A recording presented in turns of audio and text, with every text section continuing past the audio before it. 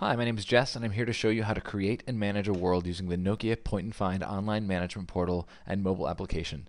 You'll quickly see how the powerful tools within this management portal offer flexible, creative options to bring your mobile vision to a reality.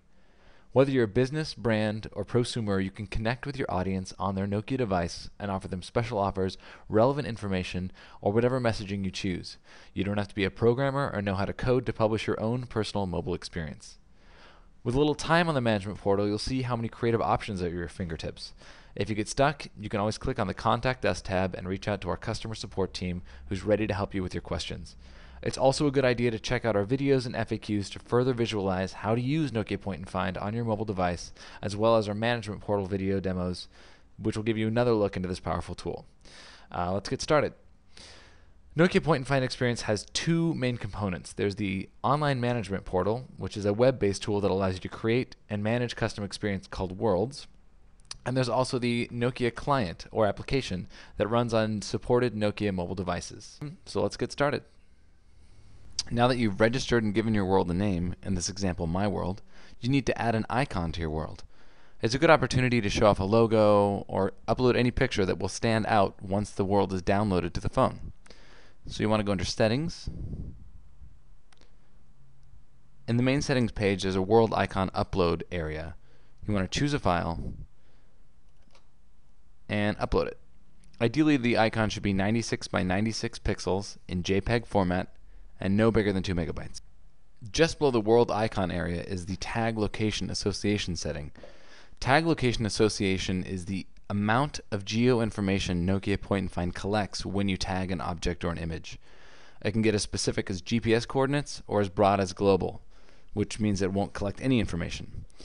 Effectively, what you can do is associate an object or an image with a city or a country, and that allows you to customize your world in really unique ways. The global setting is the simplest option. It means that your world's tags are not tied to particular locations. If you use this setting, they can be viewed anywhere in the world and are not specifically associated with any location, region, or country. All tags with this setting will download to any phone wherever it is in the world. The country setting associates tags with the country you're in. For example, if you were in San Francisco and you had country selected, the tags would all be associated with the United States of America. Therefore, users in Canada or the United Kingdom would not see your tags. They're specific to this country. A bit more specific is the cell ID setting. What cell ID does is collects the location of the cell tower that your phone is connected to when you're taking the tag. It's not as specific as GPS, but it does a pretty good job of locating a user in an area.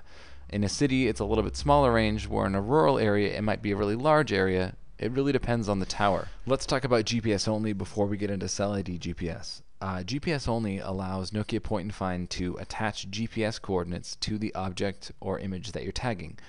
It's very specific, give or take a few hundred yards, and it really depends on how clear your GPS signal is at the time of tagging.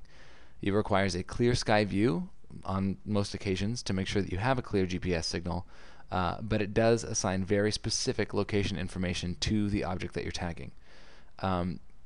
Cell ID GPS takes the GPS only information when it can, but if it's not able to gather accurate GPS information, it will fall back on the cell ID location. It's kind of the best of both worlds. For our example today, I'm going to use cell ID. I want to tag the area around where I work, and I want to make sure that Nokia Point&Find has a general idea where my tags belong. I'm going to click Update. Down the page a little further is Search URL setting. The search URL is the default search if you don't tell Point&Find what to do with your tagged items. In the default setting, it is Google, but you could easily change that to your own URL if you wanted to route people to your own website, or you could change to the search engine of your choice. When you use Nokia Point&Find on a device, the right soft key is a web button. What the web button lets you do is take users to a website of your choice. Here's where you choose what the website is. By default, it's Google. Let's change it to Nokia. And hit Update.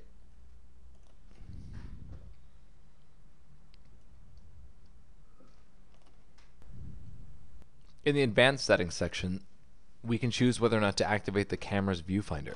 If you turn off the camera's viewfinder, no image recognition will be used in your Point&Find world, and instead you will rely mostly on Nokia Point&Find's smart text entry and directory, which we'll create later. Next, we have tagging rate. Tagging rate may be set for single or repeat tagging.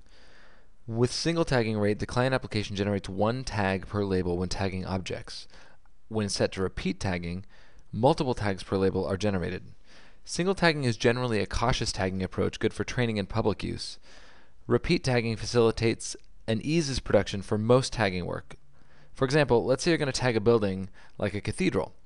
With repeat tagging, you go into Nokia Point&Find client directory, select the cathedral's name as a label, and then you can easily make multiple tags from the building from a variety of angles or distances, one after the other, without the need to continually reselect the label in the directory. If you select no tagging, it locks your world out of tagging altogether. The Upload Tag Pictures setting controls whether your world's tags are uploaded to the Nokia Point&Find server right after a tag is created, or saved on your device to be uploaded at a later time. This device should generally be set to yes, but in some cases, like if you're creating a lot of tags, there may be some performance advantages to setting Upload Tag Pictures to no. For now, let's leave it at yes. Content Location Association is up next. This may look familiar because it's very similar to the settings from above. What Content Location Association lets you do is pull location information from the end user and insert it into a URL using what we call PX parameters, like you see here. Effectively, what you're doing is making your results specific to the user. If you had a store tagged in the United States and the same store exists in the UK, you could deliver different results to the different users by using these settings. The global setting will not collect location-specific information at all, whereas the country setting, the user's current country is inserted into URLs using the country's name. Cell ID gets the general area of the cell ID tower that the user is using and can insert it into a URL using GPS coordinates. Cell ID GPS will gather precise GPS coordinates if possible. If not, it will fall back on the Cell ID tower's GPS coordinates. And then GPS only will pass the GPS coordinates of the user through to a URL of your choice. For this example, we're going to leave it set to Cell ID GPS, hit update, and move on. Some of those settings are a little difficult to get used to. If you get confused, don't worry. They do become easier once you use them a while. And also there's the support tab up here. If you ever get stuck, you can click it and connect to our customer support team just about any time using email.